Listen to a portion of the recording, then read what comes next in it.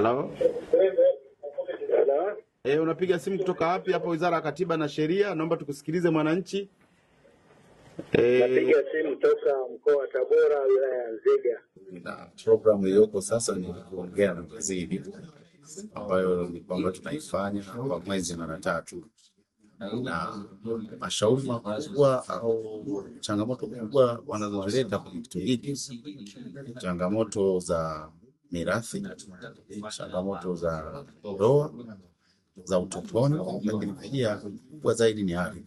Sisi tuna wanasheria nao, tuna mawakili nao, lakini pia kuna mihimili mbalimbali ya kisheria na mahakama pia.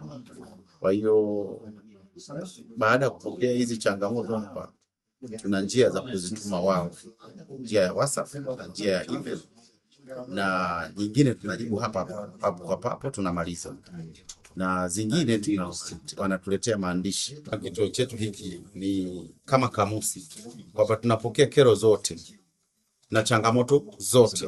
Kwa hiyo zikifika hapa, sisi tunajua hizi zinahusu Wizara ya Maendeleo ya Jamii, tuna uwezo wa kuwasiliana kwa sababu mawaziri tuna utaratibu wa kuwasiliana na wenzetu.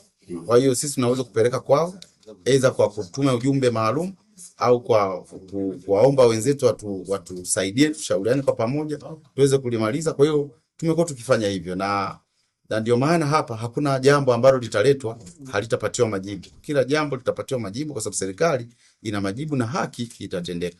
Kwa hiyo dhamira yetu sisi kwa maelekezo ya Mheshimiwa Rais ni kuona kwamba haki inatendeka kwa wananchi wa Tanzania, na pia tunawasaidia kwa kiwango kikubwa kufikia malengo yao ya upatikanaji wa haki.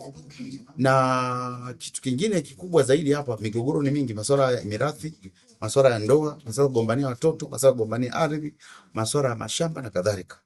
Sasa sisi hatuko nyuma ya muda, tuko mbele ya muda kuhakikisha kwamba masuala haya yote tunayafanyia kazi. Na kituo hiki tunafanya kwa wiki mara 3, kwa mwezi mara 3. Kwa tarehe 22 tena tunakutana tena hapa.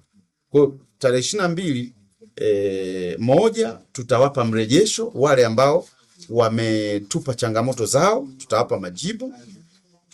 Lakini pia tutapokea na simu mpya za kero za wananchi ili tuweze kuendelea kuyapunguza haya matatizo ya Watanzania kwa wakati.